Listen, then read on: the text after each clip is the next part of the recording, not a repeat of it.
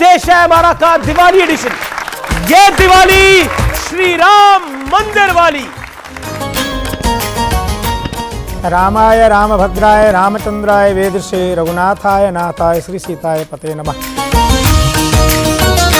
जय श्री राम, जय जय श्री राम।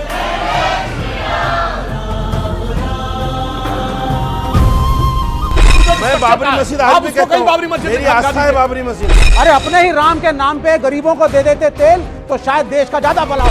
किसी को टेसुओं बहाने हैं, आंसू बहाने हैं, बहाता रहे, लेकिन रामलला विराजमान हो गए हैं। बाबर का ढांचा खत्म हुआ, रघुवर का मंदिर खड़ा हुआ। नमस्कार व्यूअर्स, मैं हूं अमीश देवगन और आप सभी को दीपावली की आज हार्दिक शुभकामनाएं, क्योंकि हम उस संस्कृति से जुड़े हैं जिसमें कहा जाता है कि मन में राम, तन में राम, रोम रोम में राम है। और इस बार दिवाली तो सदियों तक याद रखे जाने वाली है, क्योंकि आज अमावस्या वाली रात में भी अयोध्या लाखों दियों से जगमग है, क्योंकि यह मौका बेहद विशेष है। करीब 2.5 महीने बाद 22 जनवरी 2024 को अयोध्या में भव्य और दिव्य श्री राम लला का मंदिर बनके तैयार हो जाएगा। श्री राम की प्राण प्रतिष्ठा हो जाएगी, लेकिन कुछ नेता इस शुभ मौके पर भी सियासी विलाप कर रहे हैं। कांग्रेस के बड़े नेता राशिद अलवी कह रहे हैं, क्या इससे पहले वाली दिवाली श्री राम नाम वाली नहीं थी क्या?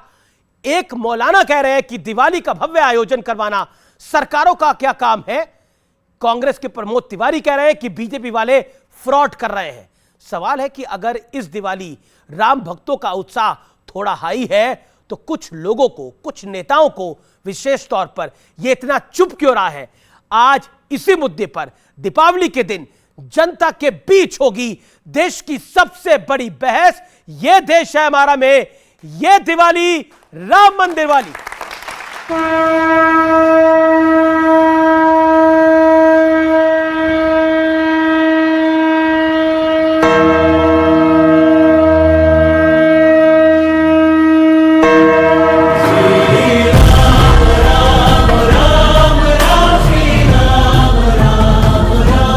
आजकल मैं जहां भी जाता हूं, वहां अयोध्या में बन रहे प्रभु राम के भव्य मंदिर की चर्चा चलती है।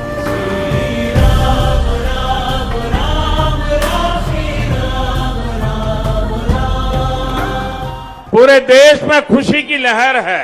अयोध्या करती है आह्वान, ठाट से कर मंदिर निर्माण। सौभाग्य से भरे इस पावन कालखंड में मेरे मन में एक बात बार बार आई,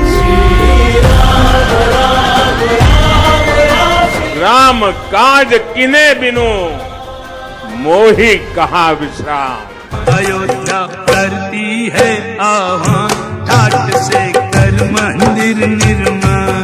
जिसके लिए हमारे पूर्वज बलिदान हुए थे, जिसके लिए उन्होंने संघर्ष किया था, जिसके लिए उन्होंने साधना की थी, हम अपनी आंखों से आज उस कार्य को मूर्त रूप होते हुए देख रहे हैं। हमें गर्व है कि राम मंदिर बना, पर राम मंदिर का ठेका क्या भारतीय जनता पार्टी ने लिया? इससे पहले की जो दिवालियां होती थी वो राम के नाम की दिवाली नहीं होती थी क्या? दिवाली पर भी राजनीति होगी? सरकारों का काम मंदिर मस्जिद बनाना या दिवाली मनवाना या भव्य राम मंदिर का उद्घाटन कराना, ये सरकारों के काम नहीं है। एक पार्टी का हिस्सा होने का मतलब ये नहीं है कि सच को सच और झूठ को झूठ ना कहा जाए। मैंने महसूस किया है कि कांग्रेस में कुछ ऐसे नेता हैं जिन्हें राम मंदिर से नहीं, राम से भी नफरत है। हिंदुत्व से नहीं, हिंदू शब्द से नफरत है।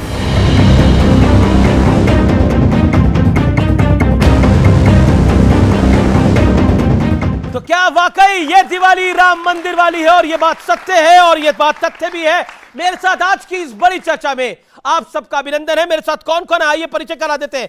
सबसे पहले महंत नवल किशोर जी का अभिनंदन है, जोरदार तालियों के साथ उनका अभिनंदन है। महंत जी खास तौर पर हमारे कार्यक्रम में शामिल है।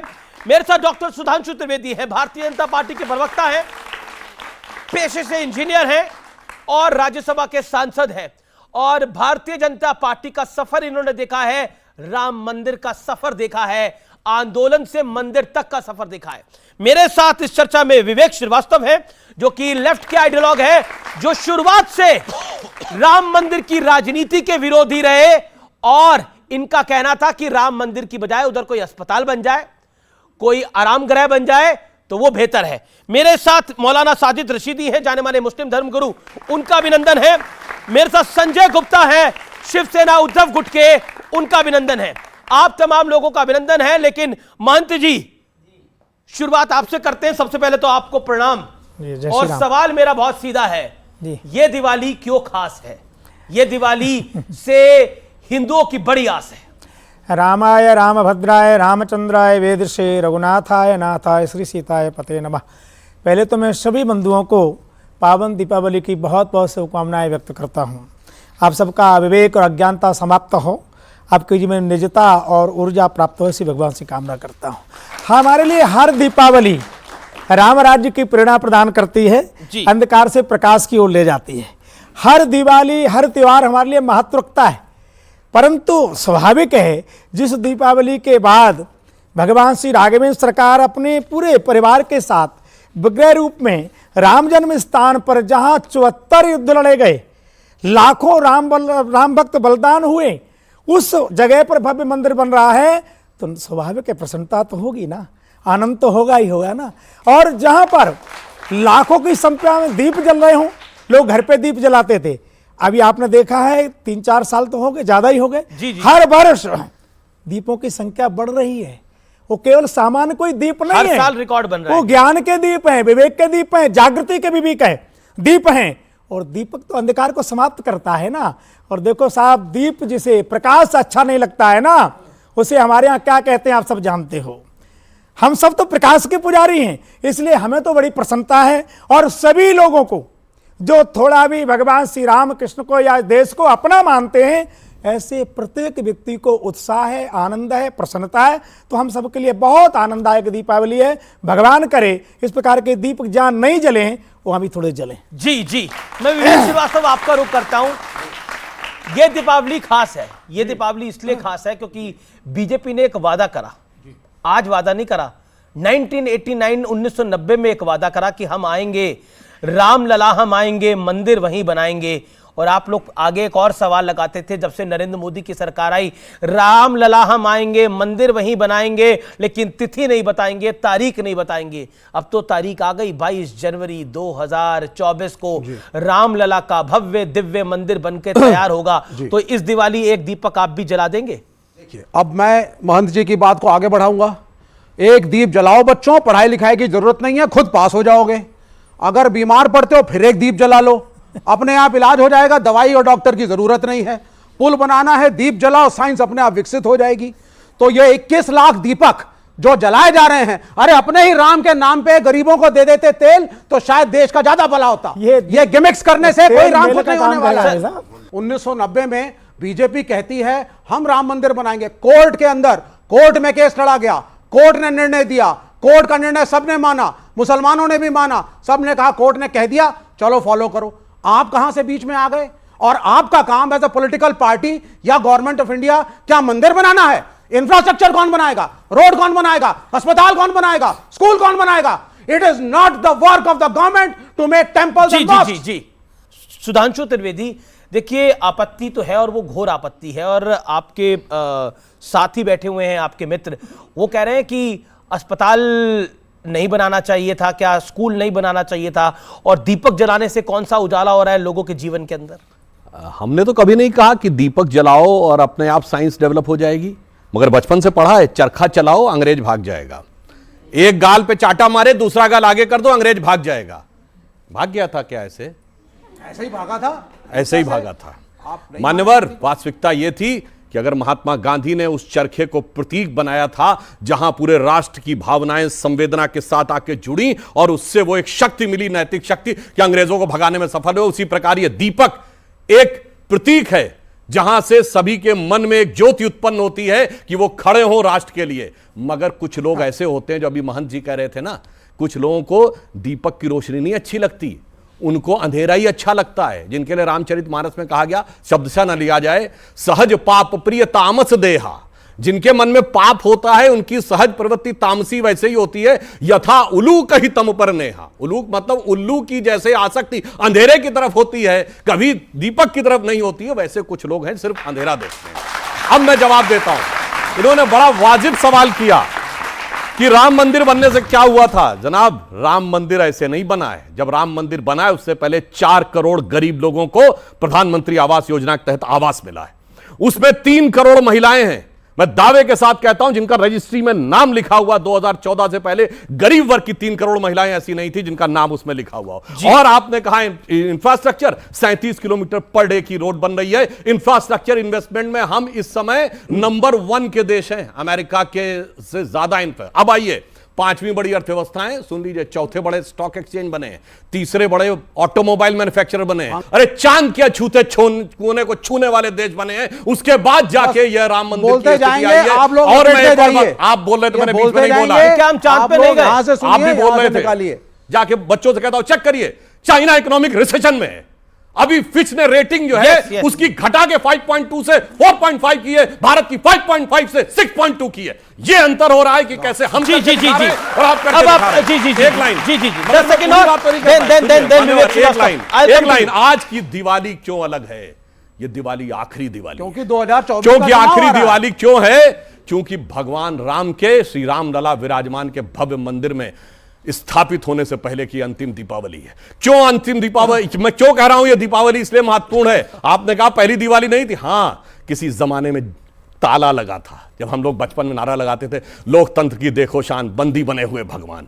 फिर उसके बाद ताला खुला तो हम लोग कहते थे, तेरे भी जो मंदिरों पे प्रतिबंध लगा हो तो हिंदू कहलाना हमें छोड़ देना चाहिए।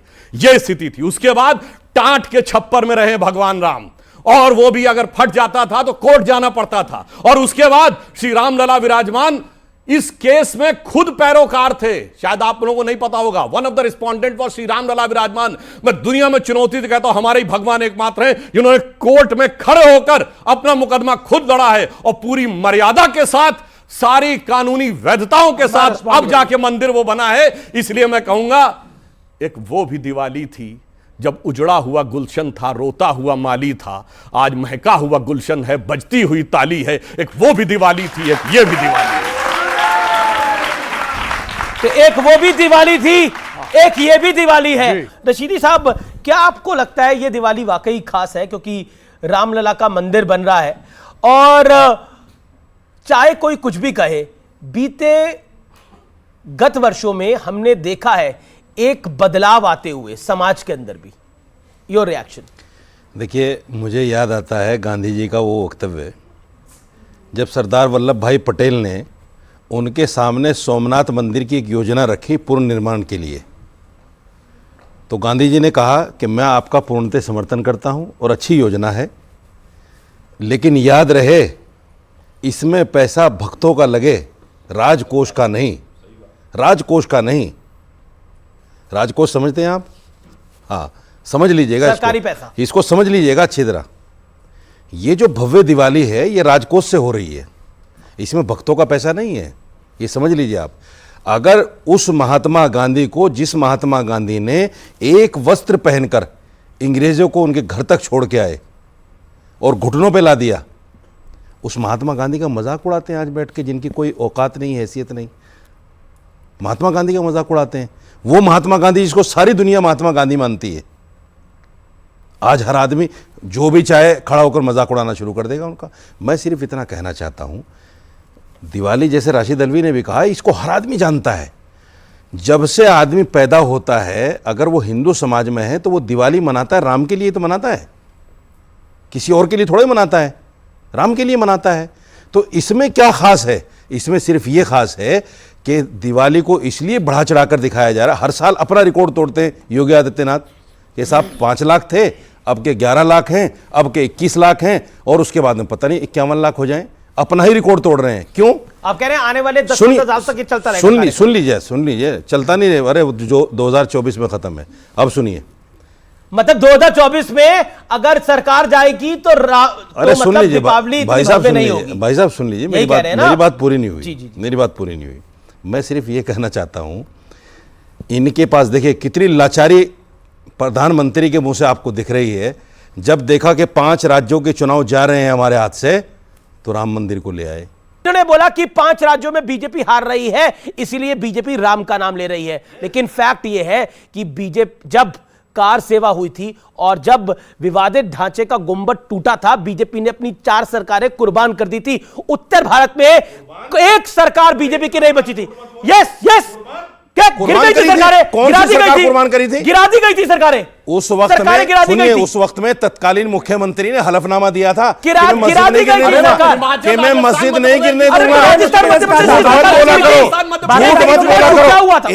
सरकार नहीं गिराई थी, झूठ मत बोला करो। लिख दिया, बाकी 3 राज्यों में क्या था?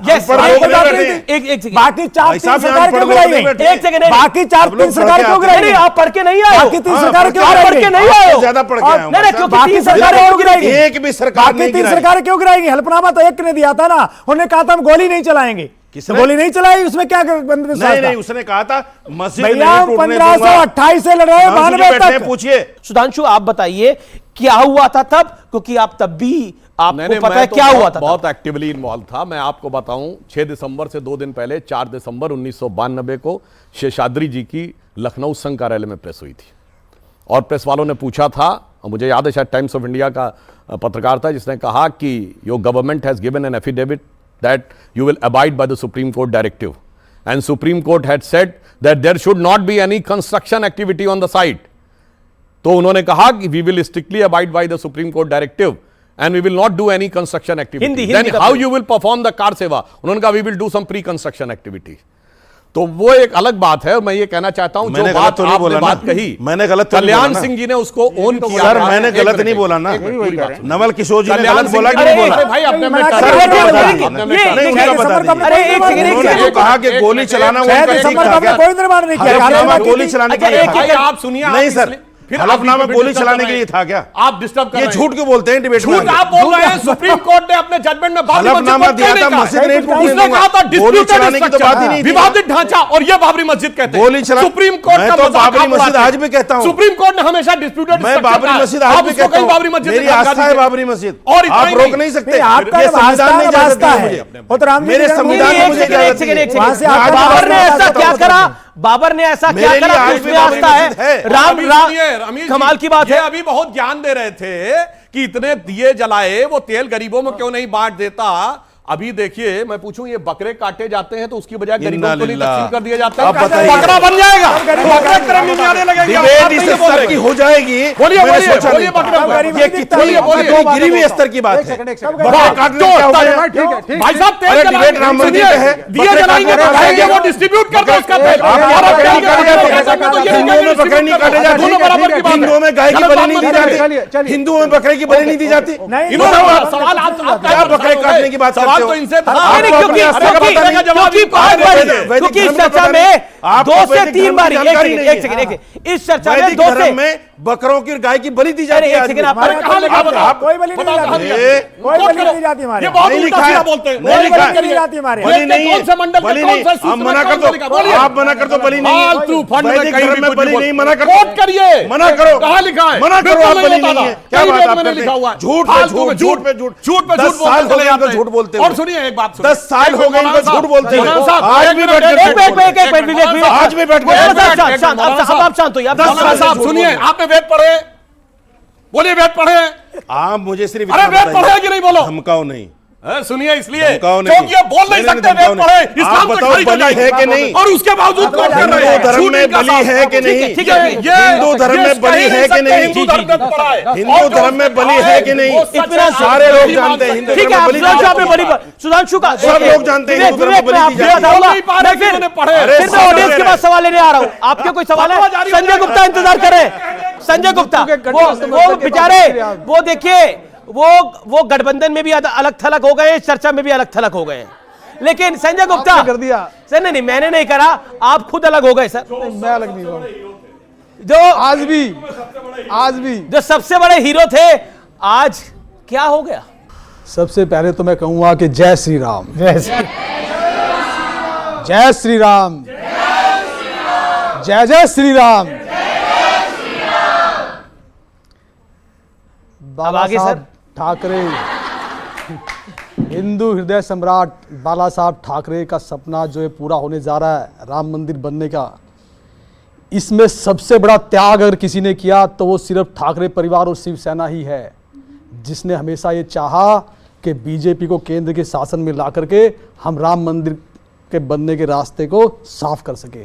और ये सपना सिर्फ हमारा नहीं था, हमारा और बीजेपी दोनों का था। क्यों सुधांशु जी, मैं सही कह रहा हूँ? और गठबंधन में चाहे भले ही हम बीजेपी के साथ थे, या आज आप इसलिए हमें कहते हैं क्योंकि शायद कांग्रेस के साथ गठबंधन में कुछ मामलों में है, तो आपको लगता है कि, लेकिन गठबंधन में चाहे बीजेपी के साथ रहे चाहे कांग्रेस के साथ रहे, राम मंदिर पर हम जैसे खड़े थे आज भी वैसे ही खड़े हैं। किसी के साथ गठबंधन में जाने से मुद्दे नहीं बदलते। इस देश में सिर्फ एक ही पॉलिटिकल पार्टी ऐसी है जिसने, ठाकरे परिवार और पॉलिटिकल पार्टी ऐसी है जिसने प्रभु श्री राम के मंदिर के लिए 1 करोड़ रुपए का चंदा दिया। इसके अलावा आप दूसरी पॉलिटिकल पार्टी आप मुझे बता दीजिए जिसने 1 करोड़ रुपए का चंदा प्रभु श्री राम के लिए दिया हो। और आज भी कांग्रेस के गठबंधन और कांग्रेस के समर्थन से उद्धव जी जब मुख्यमंत्री बने थे, ये तब किया था, ना कि। और मतलब आप कह रहे हैं कि आपके गठबंधन का पार्टनर कांग्रेस राम मंदिर के विरोध में है, उनको नाराज करते हुए उद्धव जी ने दिया था। कितनी बड़ी हिम्मत किसी के नाराज होने ना होने पर शिवसेना या ठाकरे परिवार ने कभी ये सोचा ही नहीं। कोई नाराज होता हो ना होता ना हो, परंतु प्रभु श्री राम के मंदिर के लिए जैसे तटस्थ पहले थे वैसे ही आज भी हैं। आज भी कुछ ही मामले में आपके गठबंधन के पार्टनर तो कह रहे हैं कि राम से क्या हो जाएगा, दिए जलाने से क्या हो जाएगा।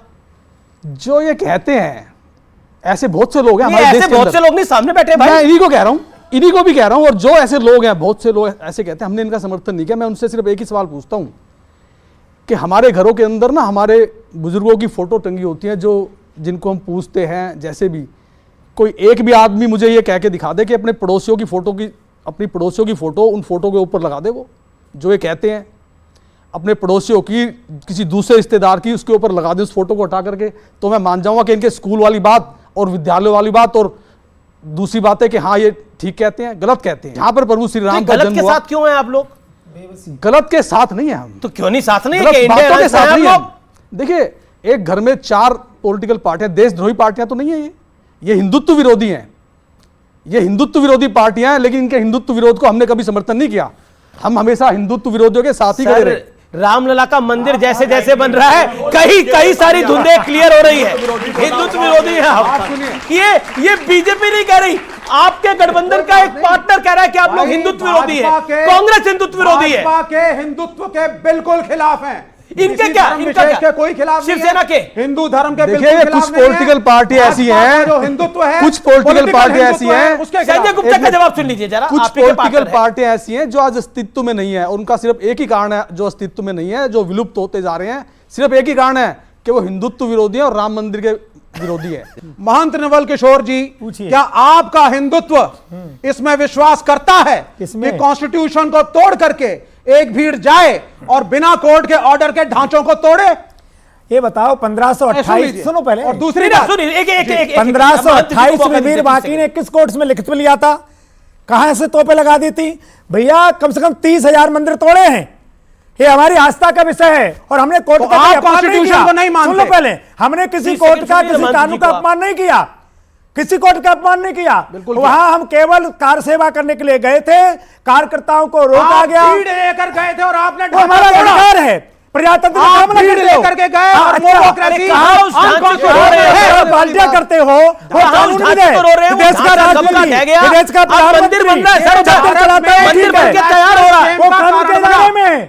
मोदी जी और योगी जी ने हमारे सपने को, जिसको साकार किया है, और भी देश के अंदर, जो कि मैं कहना चाहूंगा, आज मैं 60 इयर्स का हो चुका हूं और पिछले काफी सालों से मुझे इतनी नॉलेज नहीं थी जो 10 साल में मुझे नॉलेज आई है।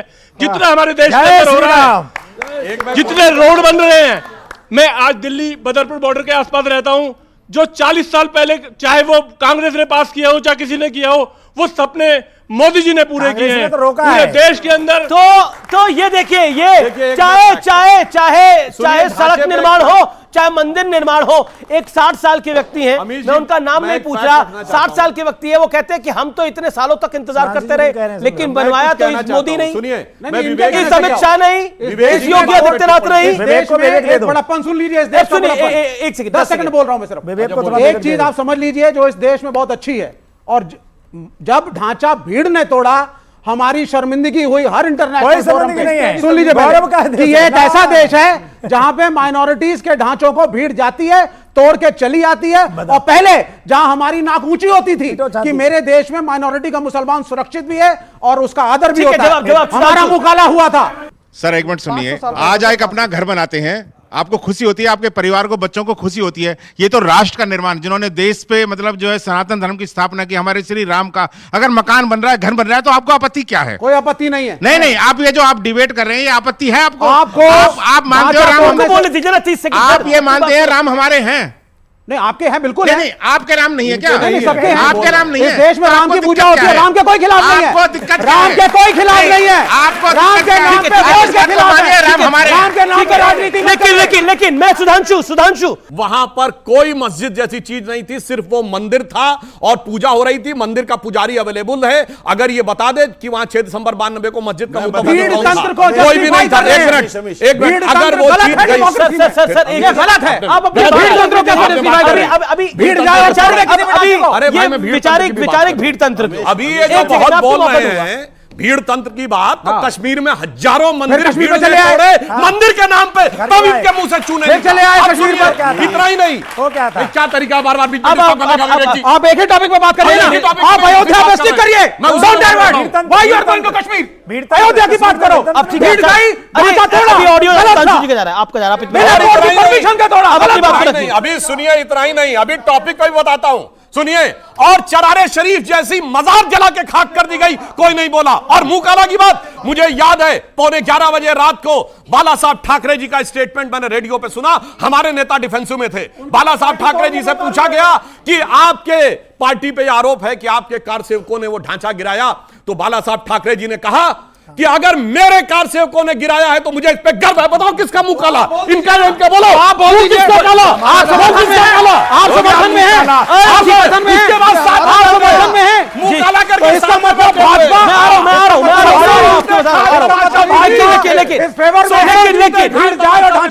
लेकिन अब ये देश है हमारा, में रुकेंगे एक अंतराल के लिए, लेकिन अंतराल के उस पर जनता जनार्दन की होगी राय, जनता जनार्दन के होंगे सवाल, युवाओं के होंगे सवाल। आप देख रहे हैं यह दिवाली राम मंदिर वाली। उद्धव ठाकरे की पार्टी के नेता कह रहे हैं कि हमें अपने साथ अब आप ले लीजिए। ले लीजिए नहीं कह रहा हूं मैं, जी मैं ले लीजिए, क्या कह रहे हैं? मैं ये नहीं कह रहा हूं ले लीजिए, मैं तो ये कह रहा हूं कि वो भाई, मैं तो ये कह रहा हूं कि वो भाई जिसने कहना क्या चाहते हो, जिसने एक मिनट रुकिए, कहना क्या चाहते हो भाई?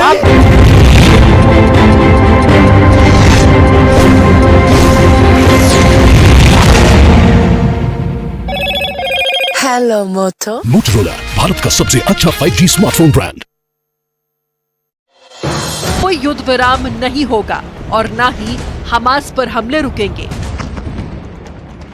בעניין החטופים, ההנחיה שלי ושל הקבינט היא ברורה. לא תהיה הפסקת אש בלי החזרת חטופינו. यही वजह है कि इजराइल की सेना 2 मोर्चों पर युद्ध कर रही है। एक तरफ गाजा में तबाही मचा रही है तो दूसरी तरफ लेबनान बॉर्डर पर हिजबुल्लाह के ठिकानों को तबाह कर रही है। लेकिन युद्ध की सिर्फ एक तस्वीर है, क्योंकि हिजबुल्लाह प्रमुख हसन नसरुल्लाह इजराइल को वो खतरनाक चेतावनी दे चुके हैं। हिजबुल्लाह चीफ ने क्या कहा है ये भी आपको बताएंगे, लेकिन जिस तेवर के साथ हसन नसरुल्लाह ने इजराइल के साथ अमेरिका को आंखें दिखाई हैं, वो इजराइल के लिए हमास से भी बड़ी चुनौती बन गया है। इजराइल का नया संकट बना हिजबुल्लाह। अभी तक हिजबुल्लाह इजराइल के सैन्य ठिकानों को टारगेट कर रहा है और वो इन हमलों के लिए रूस में बने रॉकेट का इस्तेमाल कर रहा है। हालांकि इजराइल भी हिजबुल्लाह के हमलों का जवाब दे रहा है। दावा है कि इजराइल के हमलों में हिजबुल्लाह के 60 से ज्यादा लड़ाके मारे जा चुके हैं। इसराइल के सैन्य ठिकानों पर हिजबुल्लाह के लड़ाके इस कदर हमला कर रहे हैं कि जवाबी कार्रवाई में इसराइल को अपने फाइटर जेट्स का इस्तेमाल करना पड़ रहा है। इसराइल और हिजबुल्लाह एक दूसरे पर हमला कर रहे हैं और बड़ी हानि का दावा दोनों पक्षों की तरफ से किया जाता है, जो कि अभी भी लगातार जंग का मैदान बना हुआ है। ये जो जंग है लगातार इसका स्तर बढ़ता जा रहा है, एस्केलेट जो जंग है वो हो रही है, क्योंकि कल भी हिजबुल्लाह ने ड्रोन अटैक किया, उसकी बाकायदा वीडियो जारी की गई और इजराइल भी लगातार एयरक्राफ्ट का इस्तेमाल कर रहा है और एयर स्ट्राइक हिजबुल्लाह के ठिकानों पर कर रहा है। तो ये जंग थमने का नाम नहीं ले रही है और वहीं इजराइल गाजा में लगातार ऑपरेशन चला रहा है और वहां पर भी हमास के जो लड़ाके हैं वो चुनौती दे रहे हैं और यहाँ इस फ्रंट पर हिजबुल्लाह इजराइल के लिए बड़ी चुनौती बना हुआ है। लेकिन हिजबुल्लाह चीफ हसन नसरुल्लाह अपने दूसरे संबोधन में इजराइल को साफ चेतावनी दे चुके हैं। अगर इजराइल गाजा को निशाना बनाता है तो वो दक्षिणी लेबनान से हमले जारी रखेंगे।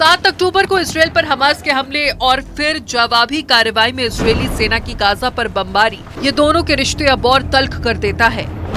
हर तरफ इस बात की चर्चा है कि इसराइल पर यह हमले ईरान करवा रहा है। हालांकि ईरान इन हमलों से इनकार करता रहा है, लेकिन हमास के हमलों के बाद ईरान में जिस तरह से खुशियां मनाई जा रही हैं, उससे इसराइल को गुस्सा आ रहा है।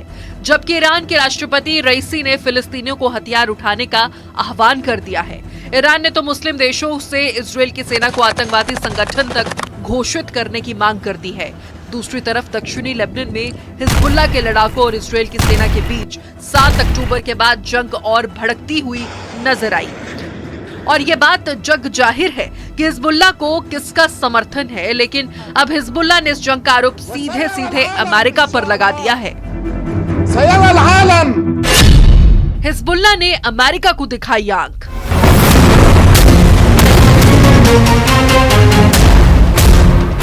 हिजबुल्लाह के एक और नेता ने कहा कि मध्य पूर्व में बहुत ही गंभीर और खतरनाक परिस्थितियां बन सकती है और उनके असर को कोई नहीं रोक पाएगा। लेकिन अब इस जंग के लिए हिजबुल्लाह अमेरिका को जिम्मेदार बता रहा है। हिजबुल्लाह प्रमुख ने दावा किया कि इजराइल जंग को अमेरिका से चलाया जा रहा है। अमेरिका से पूरी युद्ध की प्लानिंग हो रही है।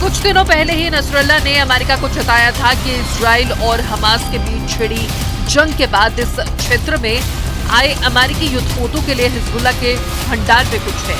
मतलब साफ है कि इस जंग में हिजबुल्लाह अमेरिका से भी युद्ध करने के लिए तैयार है, लेकिन ऐसा वो अकेले दम पर नहीं कर सकता है। इसका इशारा साफ तौर पर ईरान की तरफ है और इस जंग की प्लानिंग कई स्तर और मुल्कों में हो रही है। फिलिस्तीन के स्वास्थ्य मंत्रालय ने इजराइल की सेना पर अल शिफा अस्पताल पर हमला करने का आरोप मढ़ दिया। फिलिस्तीन की सरकार के आरोपों के मुताबिक इजराइल की वजह से गाजा के अल शिफा अस्पताल में बिजली का संकट गहराया है।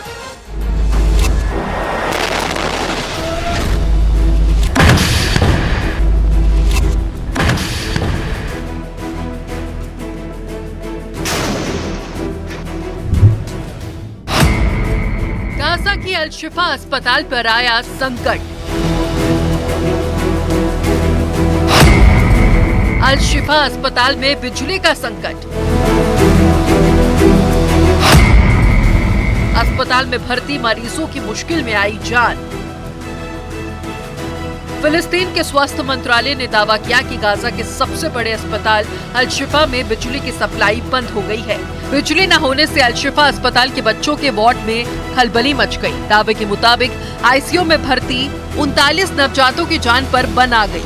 फिलिस्तीन के स्वास्थ्य मंत्रालय के दावे के मुताबिक अल शिफा अस्पताल के आखिरी जनरेटर के ईंधन खत्म होने की वजह से वहां आईसीयू में भर्ती पहले जन्म में एक बच्चे की मौत हो गई, जबकि कुछ और मरीजों की मौत का दावा किया गया। Hospital of Shifa is the main hospital in Gaza Strip.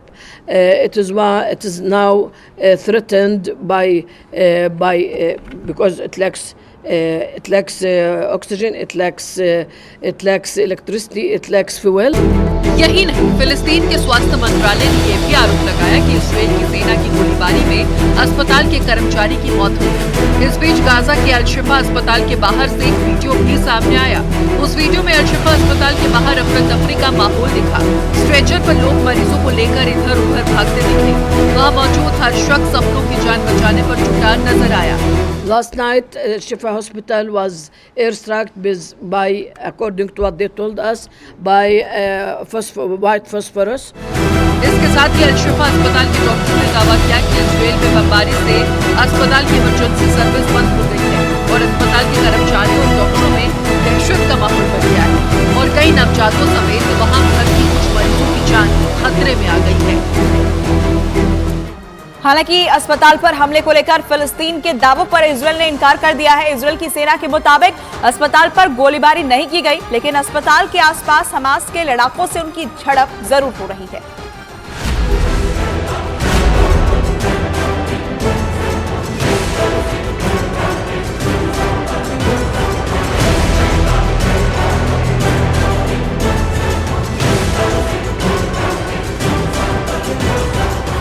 क्योंकि अल-शिफा अस्पताल को लेकर इजरायल ये दावा करता आया है कि हमास ने इस अस्पताल में ही अपना कमांड सेंटर बना रखा है और अस्पताल की आड़ में चल रहे उसी कमांड सेंटर से वो इजरायल की सेना पर हमले कर रहा है। इसलिए इजरायल के सैनिक अल-शिफा अस्पताल के आसपास गोलीबारी कर रहे हैं ताकि हमास के लड़ाकों पर नियंत्रण बनाया जा सके।